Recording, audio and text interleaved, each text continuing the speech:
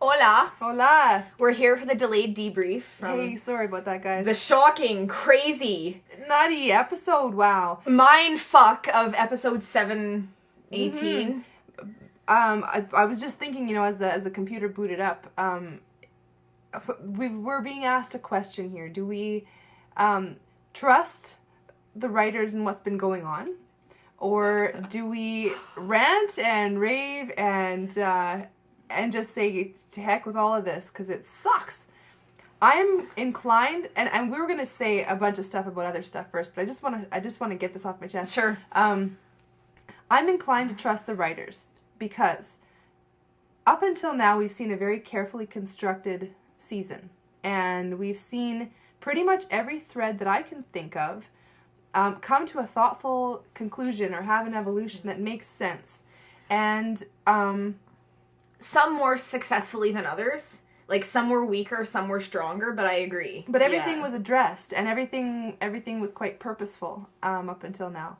And I do think that because they had the whole season worked out before filming, that they weren't in a position to have to throw great big flashy things at us to get us. They had time to think about all these things and make the best choices, and they have so far, I think, especially near the end here.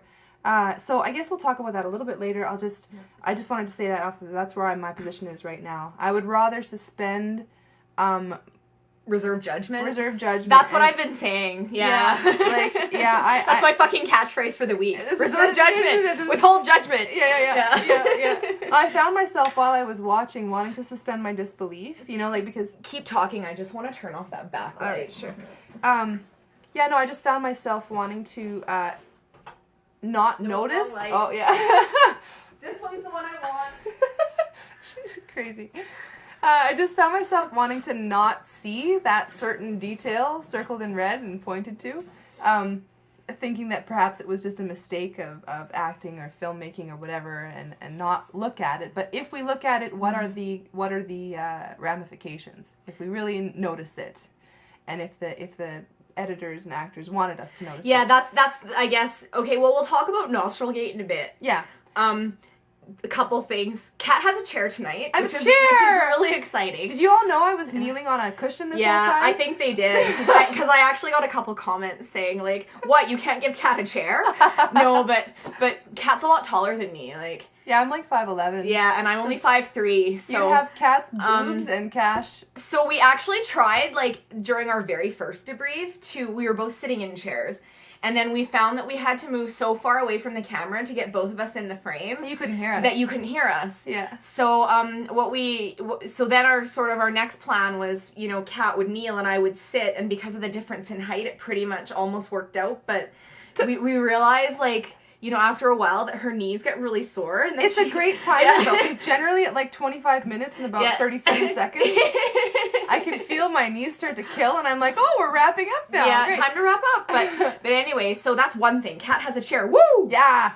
What was the other? Oh, I had something else, but I've lost it. Anyway, when we were waiting for the computer to boot up, I was just saying to Kat, we should get all of this stuff that's not Tony Twist related out of the way first, so then we can just kind of move on and get everything off our chests after that and not really worry about, missing anything because of the time and stuff. So, the only other kind of like really notable thing that happened in the episode besides the last 5 minutes was probably the Kim-Jack reunion. So we can maybe spend a couple of minutes touching on that and then, go on from there. But sure. Well...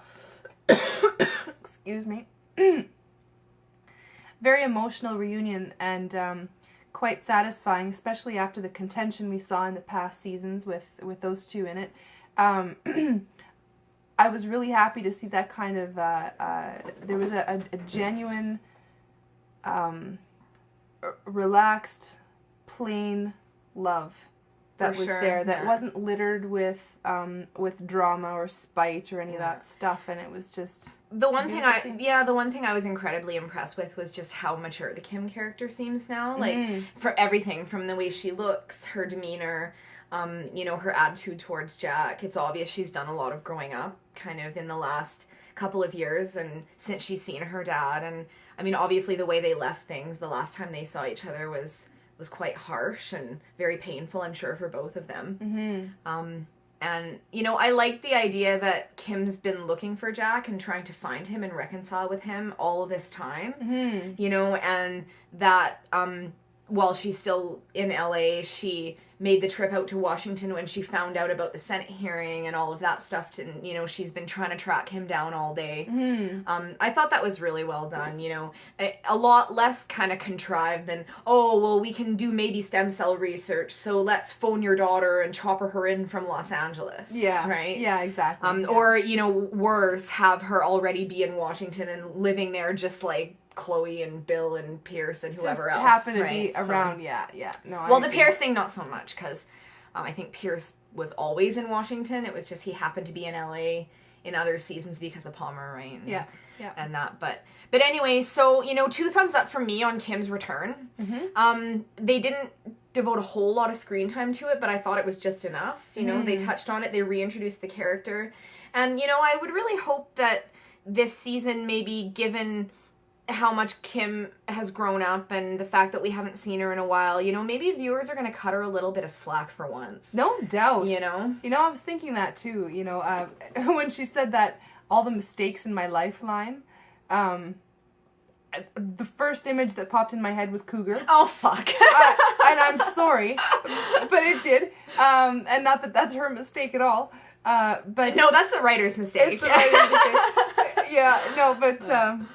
No. I think, I don't know, I'm very sympathetic towards her. And Absolutely, I really enjoyed watching her face. I think she did a phenomenal job coming back on screen. Yeah. And now here's my, you know, my little storyline take on the whole thing about her leaving. I don't think she's entirely leaving the FBI. No, I don't think so either. I think Jack just wanted her to leave the room because he felt like he was going to have another seizure attack, and he didn't want her to see him like that. Yeah, So, yeah. But Kim's going nowhere. No. Like, you know, I think she's got it pretty set in her head, no matter what Jack says, that she does want to do this stem cell thing and that she does want to help him if she can to try to save his life. So, no, she's going nowhere. I mean, it's pretty much been confirmed that Kim will be around for at least 4 episodes, if not until the end of the season from this point. So, you know, we'll be seeing some more of her for sure. Mm-hmm. That's going to be good because I'm glad the tension now, because we've explored the tension between Jack and Tony quite thoroughly, and it's nice to have that other family aspect now.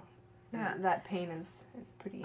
I was saying earlier in the week, kind of when I found out Kim would be coming back this week, because I didn't think she was going to be coming back for a couple more. Mm-hmm. I didn't think she was going to be back till episode 20, but... I was saying that, you know, what I'm really holding out for, like, as much as I'm excited to see Jack and Kim together again, is a Kim-Tony scene. Oh, did you hear Tony's voice? But then, then I was thinking kind of like, the first time when I was watching it initially, and, you know, he heard Moss mention Jack's daughter, and then he asked about her by name, I thought it was a really nice little moment, because... You know, we haven't really had much of an acknowledgement of the bond between Kim and Tony for a really long time. Mm-hmm. Like, they completely... 2 ships in the night in season 5, right? Yeah. But in light of how the episode ended, that going back and thinking of that again sort of has a little bit of an ominous foreshadowing to it, don't you think? I was going to say that, yeah. Because there have been rumors flying around the internet since really early on in the season, like since pretty much the moment that Kim was confirmed to return, that Tony's going to end up killing Kim or threatening to kill Kim in this season, and that's ultimately going to be sort of, you know, the line in the sand where you know, Jack and Tony's bond and connection is broken, and I've just been poo-pooing it the whole time, going, yeah, it's not possible. Like, it's still not possible. He just would never do that. La. I still don't think he would. I think there's something regardless of what's going on in his head right now and why this is all happening, I still feel like the man who said earlier today that, you know, taking the lives of innocents, no matter what your cause or what your justification, is never right. I think he's still that guy. What he's doing now, what his motives are for all of this, I have no idea. Like, we don't have enough information yet to conclude one way or another, you know, where his head's at right now. So that's why I'm withholding judgment.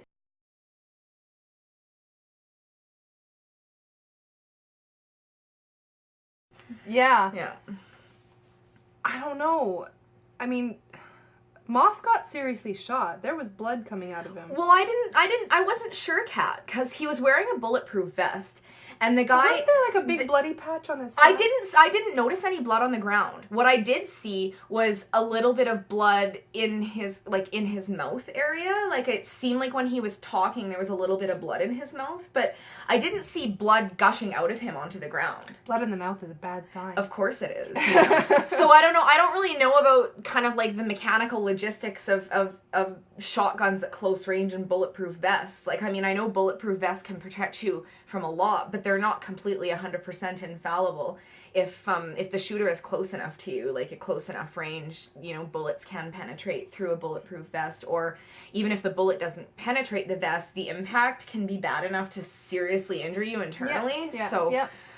I honestly don't know whether or not that shotgun blast would have been fatal, you know. I believe it was a rifle. A rifle and not a shotgun? No, a shotgun would pepper him with little BB things. Oh, see, I always thought a shotgun was like the big double-barreled shotgun, you know, boom, boom, big bullets. They're big, but they shoot shot, which is, or whatever it's called. It's, you gun people know it. It's like... See, I'm Canadian. I don't know a lot about firearms. Yeah, shotguns are... they use shotguns to, like, to shoot birds, and they have little BBs in them. Yeah, but there's buckshot and birdshot, and buckshot is big. Buckshot is big, but I think it still sprays. Well, whatever. The point is that... I think it's a rifle. So yeah, I really wasn't clear either way whether or not Moss would have been done in regardless, but it seemed to me that, okay, so if Tony did kill Moss, because now that I've seen the whole nostril thing, I'm a little bit, like, there is that little crack of doubt in my mind. I saw, and this is what I was trying not to see when I was watching it. I'm like, oh, the writers want me to think that Tony's killing Moss, and they really mean it. Mm-hmm. So I was trying not to see that nostril sticking out, and then I tried... it looked like he was trying to move his finger back over his nose. It did, like his finger was, like, yeah, it did. It looked like he was trying to correct what he thought was wrong. Like, yeah. And so moving, oh shit, now I can see his nostril. Here's Carlos talking, right? Saying, oh, I can see the nostril, I better move my hand up, but keep it convincing because the camera's on me. But right. When you film something... You do many takes. You do a gazillion takes. Yeah. And it just looked so deliberate. It did look deliberate because of the way that like, the shot was so close up. Like, the one I'm referring to is that last split screen where you've got Tony on the top on the left, and then Moss on the bottom on the right. Yeah. And there may have been another box in there, but I wasn't really paying attention. But the camera zooms in, like, right up to Moss, like, right there, right in his face. And so it kind of seemed to me that if it was just an oversight, which is possible. I mean, I'm not saying that, oh yeah, this proves that, you know, anything. No. All I'm saying is that it does give you something to chew on. Yeah. Because, I mean, the footage that they shoot, like Kat said, you do a lot of takes when you're shooting a scene. It's not just one take and then, oh, if you fuck it up, there's no going back. Well, especially a non-complicated take like that. That was just a close-up of a hand and a face. And you can take 15, 20, 30 takes of that. Yeah. It's not like there's, like, choppers and things that they have to do only once, right? But let's assume for a second that... that, you know, they shot it and, you know, they did all their takes and it slipped through. Nonetheless, there's still the editing process, right? Mm-hmm. Like, this footage is vetted by so many people. The director, the directors of photography, the editors. It seems like something that was so kind of, like, deliberately placed in there, like, almost, like, so in your face that it's too deliberate to be just oh, well, they fucked up and it wasn't, you know. Well, and then there was also the thing where he told his buddy there to take off, like, right now. Like, don't waste any time. Go, get Yeah, up. that was the other thing I noticed, too. Like, it was kind of like, I thought the scene, you know, the first time I watched it, I was so in shock that I didn't, like, I was still trying to process what exactly it was I was seeing. I'm sitting there with my mouth, I'm going, yeah. What? Yeah. What's going on? No! But then, when I rewatched it again, because I didn't get a chance to see it again until I got home from work today, and I was waiting for you, and somebody had posted something on, oh, that's my cell phone. That's the sound it makes every time I get a text message or an email. But no, anyways, though. So somebody had posted something talking about how when he had rewatched the scene, he found it even more disturbing and more disheartening than the first time, watching Tony's face and seeing how ruthless he was and seeing, you know, how it didn't seem like he had any remorse or any kind of like conflict over what he was doing. And so then I went back and I rewatched the scene. And to me, I didn't see that. Like, it seemed to me like there was at least some, like, a little bit of ambiguity and a little bit of conflict there. Mm-hmm. But I think they played it deliberately ambiguously, because if the whole thing was, like, okay, first of all, if Tony didn't really kill Moss, I don't think Moss was in on it. Yeah. Because I definitely thought that Moss's reactions were genuine. Mm-hmm. Like, he was genuinely afraid, genuinely shocked. And the more I go over it in my head, the more I don't really see any of his actions leading up to that whole thing as being in on it with Tony, okay? Mm-hmm. So if Tony did fake Moss's death, Moss obviously had to have clued in during the whole thing, right? Mm-hmm. Like, realize it during, and then play along, right? Or he could be really unconscious. Yeah, he could be really unconscious. It takes a lot to kill somebody by suffocation. It takes like 3... But not on TV, it doesn't, though. That's the thing. But this is real time. That took maybe like 30 seconds. You could put your hand over my mouth right now, even if I had a shot in the side. It would take like 4 minutes. Oh yeah, no, I know. I know you're absolutely right, but what I'm saying is that it never takes that long on TV when people kill each other by smothering each other. Yeah, no, that's you know what I mean. So I didn't really like sort of bring that, like, the amount of time it would have taken too much into my thought process on it, just because it's sort of standard SOP, like it's SOP on TV for asphyxiations to take a ridiculously short amount of time. But anyway, the other thing I noticed too after the scene was that after, you know, Tony does the smothering thing, he immediately tries to distract the other guy away from Larry's body by, you know, saying, here, take the bag, get out of here, whatever, okay? The other thing I noticed was that when Moss is laying on the ground, both immediately after Tony walks away from him and then later on, like a few minutes after that, when the other guy's gone and the camera pans back to Tony and then back down to Moss, Larry's laying there and his hands are still up in the air and you can clearly see his hand casting a shadow on the ground and it's raised, right?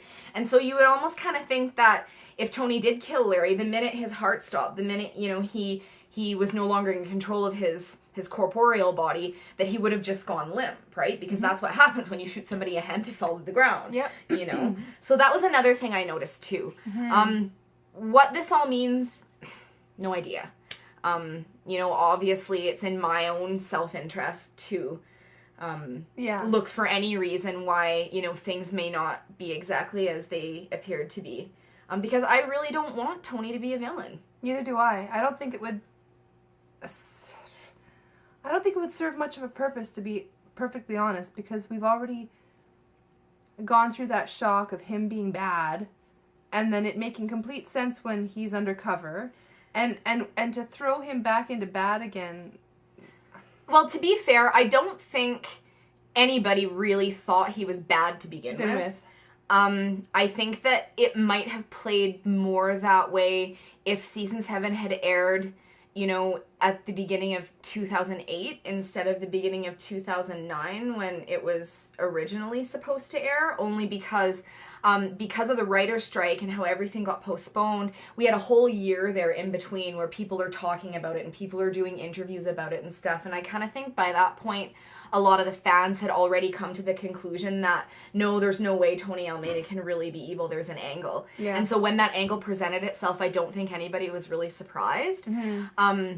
So, you know, I don't think that was much of a shock. Now, this, if he really is evil now, while I think that there's a lot of things they did in this season in certain scenes with Tony where they let, you know, both the writers and Carlos Bernard left it a little bit deliberately ambiguous, so that you could kind of play with both sides of, you know, what does Tony really think about this? How is he really feeling? What's really on his mind? You know, the most notable one, I think, was probably at the end of episode 7 when, you know, he was parting ways with Jack and Bill and, you know, Jack said, I want your word that you're going to turn yourself in, and he agreed, but it seemed like he was very reluctant to do so, and that his heart really wasn't in it.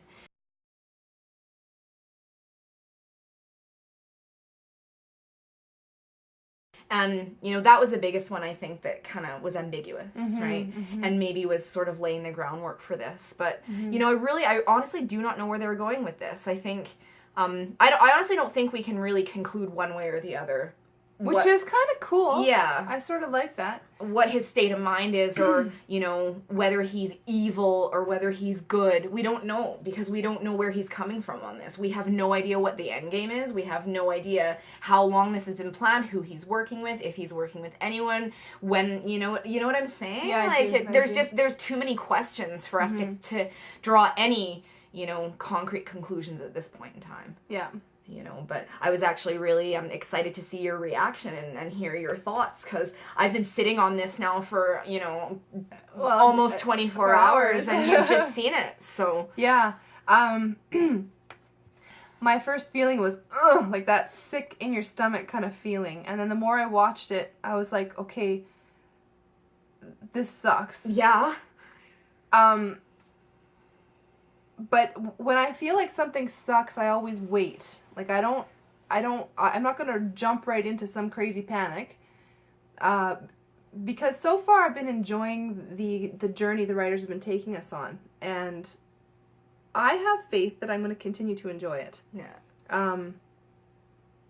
I guess my sort of thoughts right now is like a point-counterpoint thing. Yeah. You know, there's so many ways they could go with this from here. Like, so many explanations. Like, yeah, they could do the obvious and say, yeah, you know what, Tony's been a villain all along.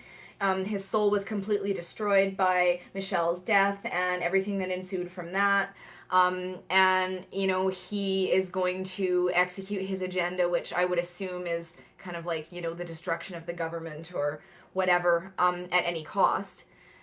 The other possibility is that might be where he's going right now, but by the time episode 24 rolls around, the story will have progressed in a way that there's room for redemption for the character. Oh, people are texting me and sending me email again. The other thing is Hodges warning Taylor that this is bigger yet, even bigger still, and that we'll find out. And that's got to have to do with Tony and that whole... You think? I do. I thought it's definitely possible it does. I think strongly possible it does. Maybe if it doesn't, like, include Tony in an instrumental villainous way, it includes Tony having some kind of an agenda, that he knows what's going on and he's trying to get through to that bigger thing, or if he's a part of it. No, I think there's definitely a possibility that Hodges could have been referring to that, but I think there's an equal possibility that whatever Tony's endgame is never involves Starkwood at all. You know, I think the working theory I'm going on right now is that whatever Tony's doing, whatever his motives are for this, it is part of an endgame that is larger than Deep Sky, that is larger than Starkwood, that's larger than the attack on the White House, that's bigger than all of that. And I don't know, you know, I think maybe he's working with another group that, you know, is still not revealed yet, and that they wanted to, you know, make a play at the weapon. Now, you know what? That's a good point, because if it's another group that's revealed so late in the season, it would make sense, now I'm postulating, but for the next season, for season 8 to happen 6 weeks later, or whatever it is. Yeah. It would make sense to introduce another huge big thing to carry this story forward. It's possible, yeah. So, I mean, like I said, there's so many different ways they could go with this right now. And I'm still a little bit clusterfucked in my head because, you know, like, I'm trying to resist taking a reactionary stance and ranting and raving, going, oh my god, like, this is the end of Tony, and you know, the writers have completely fucked us, and fuck you, and all of that stuff, because, you know, I'm willing to give them the benefit of the doubt at this point and wait and see what they're gonna do next. Yeah. You know, if at the end of the season Tony is truly evil and, you know, completely irredeemable and has completely betrayed everything that we know about the character and that they've established about the character, yeah, I will be pissed off. Believe you me, I will. But I will wait to see what they give me next. Yeah. You know? Yeah. my only other thought, I guess, like I've already said this on the message form, but I know a lot of people who watch the videos don't always read the board. So, why would the writers do that? Like, really? Why would they? Like, what possible motive would they have aside from shock and awe? Just because it's kind of like after the season 5 and Tony's death, fans were really fucking pissed off. Yeah. You know? And then, so, you know, as their apology to the fans, they decide to, you know, resurrect the character and bring him back for season 7. And so why would they risk alienating all of those fans who are so angry that they've, you know, they had to work so hard to bring back into the fold with this? Oh, well, this is the thing, right? Like, and just go ahead and piss them all off again at the end by making Tony evil and making us hate the character and you know what I mean? The writers and producers of 24 since season 1 have been highly preoccupied. It's been their mandate to engage their audience, to get audiences to commit, and that's their word that they keep using. When they killed Terry, at the end of season 1, the commentary that was made was, we did that so the audiences would commit. It brought a level of connection, emotional connection to the show. So this is a theme that they've been trying to, I mean, it's a mandate that they've been pursuing this whole entire time, successfully or not, because some of their ploys have alienated us. So there's those two words, right? There's commit and alienate. And they understand now, I believe they understand what it is that alienates us, like you said.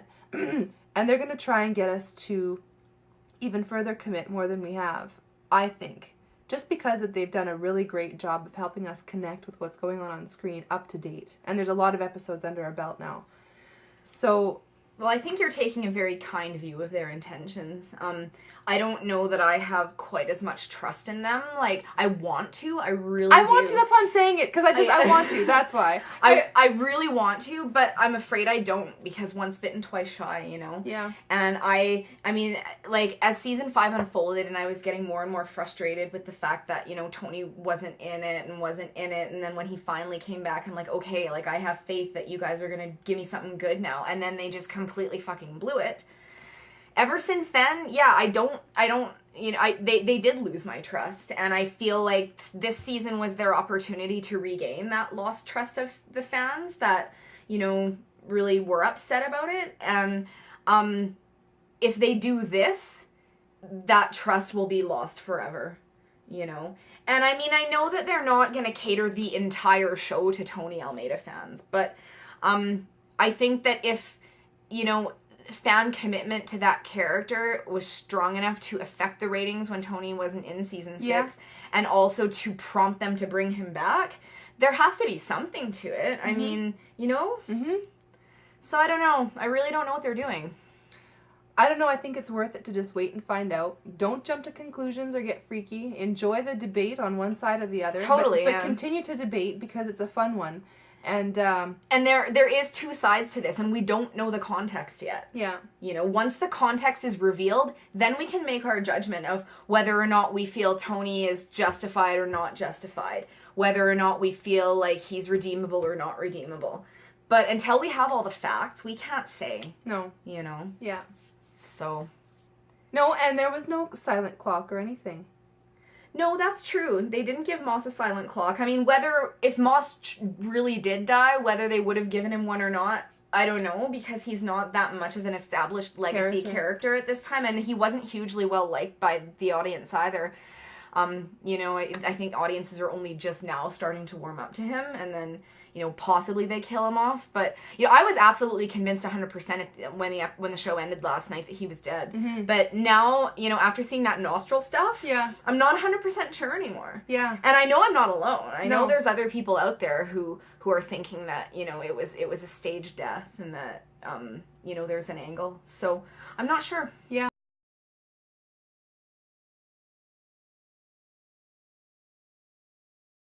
Well, I guess we'll wait and see. And I promise when you see me on screen next time, I'm not going to be such a frazzled mess. Well, Kat's been really busy the last couple days, and I have too, actually, because my aunt and uncle just had a baby. Hooray! Yay! I have a chair, and she's got a new relative. Yes! I have a brand new cousin, and no, I spent all weekend looking after the daughter they already have while, you know, they were in the hospital dealing with all the having a baby stuff. Yeah. So, when you don't actually have kids of your own and then you spend 24 hours with a 4-year-old, it's pretty exhausting. So. Yeah. Yeah. Yeah. So. Even when you have 3 kids and then you spend 5 days taking care of a 1-year-old. Yeah, that's not yours. Too. Yeah, right. So. Yeah. So anyway, things have been a little nuts, but we did manage to get time to get the debrief in. Yep. Yeah, I don't know. I wasn't really sure what you guys were expecting from this one. I mean, the site's been crazy the last couple days. Like, we got 1,500 hits today. Like, normally our daily average is about, like, 300, 350. Yeah. But today was insane. Like, every Tony Almeida fan, well, not every Tony Almeida fan, but lots of Tony Almeida fans are out there checking on the site because it was such an insane episode. It really was. But, I kind of thought that Kat and I would get a lot more, detailed into the whole, like, meaning behind all this, but really we can't. Because we don't know what's going on. No, so we're just in a state of, like, okay? Yeah. We're hurry up and wait right now, you know? The one thing I can say is that this episode definitely did raise the stakes. Mm-hmm. Like, it packed a punch that an episode hasn't packed in 24 for a really long time, I think. Yep. And they had to. I think they had to touch the characters. They had to touch these central characters in a way that mattered, because you can't keep coasting along and saying, okay, well, Jack, 2020, everything's fine. Yeah. Constantly, because that's not what 24 has ever been about. No, I agree with you. But I think they do run the risk of following the successful formula so much to the point that it's no longer successful. Like, when it's just like when you start doing things just for shocking the audience, just for the sake of shaking things up without any real intention behind it or without any real game plan behind it, then I think you start getting into dangerous territory where you're going to start losing people, right? It brings to mind, for some reason I thought of MASH, the end of MASH. When my mom used to tell me what happened when MASH went off the air, how many people were seriously traumatized, that there were suicides, that people were so attached to these characters, especially Vietnam vets. Mm-hmm. They were living through this show an emotional reality and a connection to the characters that kept them going.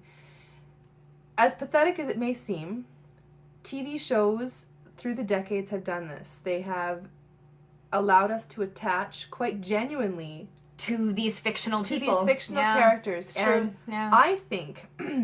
Says the woman who runs AlmeidaIsGod.com. Yeah. I think it is dangerous to slap people's emotions around like that. Yeah. And tear their beloved characters away. It's a serious thing. It sounds like it's not, but it is. Yeah.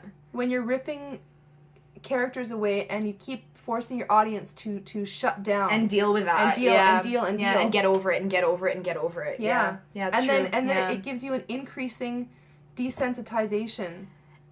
Yeah, and in a way I think it's almost more traumatizing to see a character that you love and believe in, like, deconstructed and annihilated in this way, as opposed to just seeing them die. Mm-hmm. Because at least if they die, you still have the memory, like the good memory of who that character was. But if they're gonna take a good character, a righteous character, a moral character, a character that, the viewers uphold as, like, somebody that you would want to be like, or, somebody that you admire, and tear them down and make them evil and malicious and malevolent and capable of absolutely heinous things without any kind of leave crack of redemption, like room for redemption in there at all, it's probably even worse, I think. Even more painful. Yeah, it's like they hung him on the gallows in season 5, and then they took him off the gallows, and now they're eviscerating him and, like, pulling stuff out so you can't even recognize what you're seeing anymore.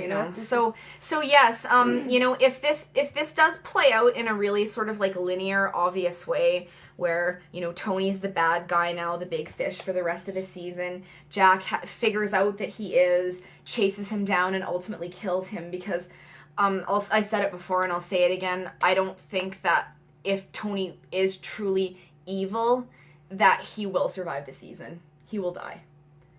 I don't think there's an option, honestly. And so if that happens, I would have almost, a huge part of me would have just rather saw him stay dead and buried, and as crappy as his original death was, at least it was true to the essence of the character that had been developed up to that point. But, you know, at the same time, Carlos Bernard keeps talking about how jazzed he is about the last act and, you know, how organically he feels like the character has evolved. And, you know, I mean, we don't know what his motives are yet. Carlos can't talk about that. So I'm sure there's something going on in there, you know, that it is going to still touch on kind of the old Tony. But, you know, we'll see. Like, I want to have faith in you, writers. I really do. I really want to have faith in you that you're not going to fuck me on this. Yeah. Because then I'll have to change the name of the website to Almeida Was God. Oh, that would be so painful. It would be incredibly painful. Oh. Something I don't want to do. Mm-hmm. So, yeah, I don't know. I kind of feel like I'm not really being very intelligent or insightful in this debrief, but, like, I just don't know where my head is at still. Like, well, that's okay. We don't have to be geniuses every single time. I keep having these random thoughts that are like, well, what if this? Well, what if that? Well, this could be true. And if this is true, this is how I'm going to feel. But if it's not true, then this is how I'm going to feel. And I'm just really roiled up. I don't know how I feel. I don't know what I think. You know? Wow. Yeah. Writers, take note. That's... You don't want this! I love you. Gosh, yeah, no, that just about says it all. I feel like, you know, we can make a lot of postulation about where the writers' heads are at and what their motives are. But we don't know. But we really don't know. No. You know, so actually there's tons and tons and tons of back and forth discussion going on at our message forum, which I really encourage you all to visit, because there's lots of really great writers there. You know, who are kind of like-minded in the sense of how they approach the show, how they analyze it, the types of questions they're asking, the types of things they're commenting on. So if you haven't already, you know, you don't have to post, you can just read, but I do encourage you to visit, you know, our message forum for more discussion on this episode, because there's a lot of stuff going on there. So yeah. So thank you all for visiting the site, all 1,500 of you. Yes, thank you, all 1,500 of you who hit our site today. Much appreciated. Spread the word to all your friends. And let's keep hope alive for another week. Yeah, let's try to remain optimistic. Let's try not to, you know, let our fears and our propensity to look at the negative side of things and, you know, assume the worst, get the best of us, and just hope that there will be some redemption for Almeida. Yep. Here's to hoping. Yes. Yep. And so we'll see you all next week, and have a good one. Keep the faith alive, my peoples. Good night. Good night.